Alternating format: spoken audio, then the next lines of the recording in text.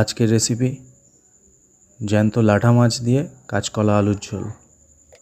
আমি লাটা মাছগুলোকে নুন হলুদ দিয়ে ভালো করে মেখে ভেজে নেব। এটাকে খুব ভালোভাবে ভাজা হয়ে গেলে একটা পাত্রে আমি তুলে নিয়েছি। তারপর কাঁচকলা আর আলুগুলোকে পছন্দ মতো মাপে কেটে নেব।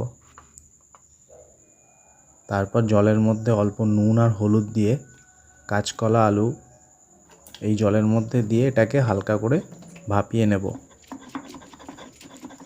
আর শিলের মাধ্যমে শুকনো লঙ্কা, কাঁচা লঙ্কা, গোটা জিরে আর গোলমরিচ এটাকে খুব ভালোভাবে বেটে নিয়েছি। এদিকে আমার আলু আর কাঁচকলাটা মোটামুটি ভাপানো হয়ে গেছে।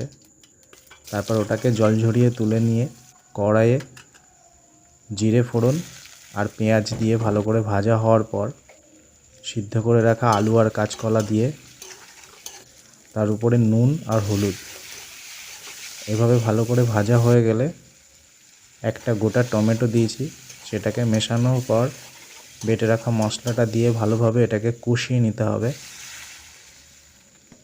তারপর পরিমাণ মতো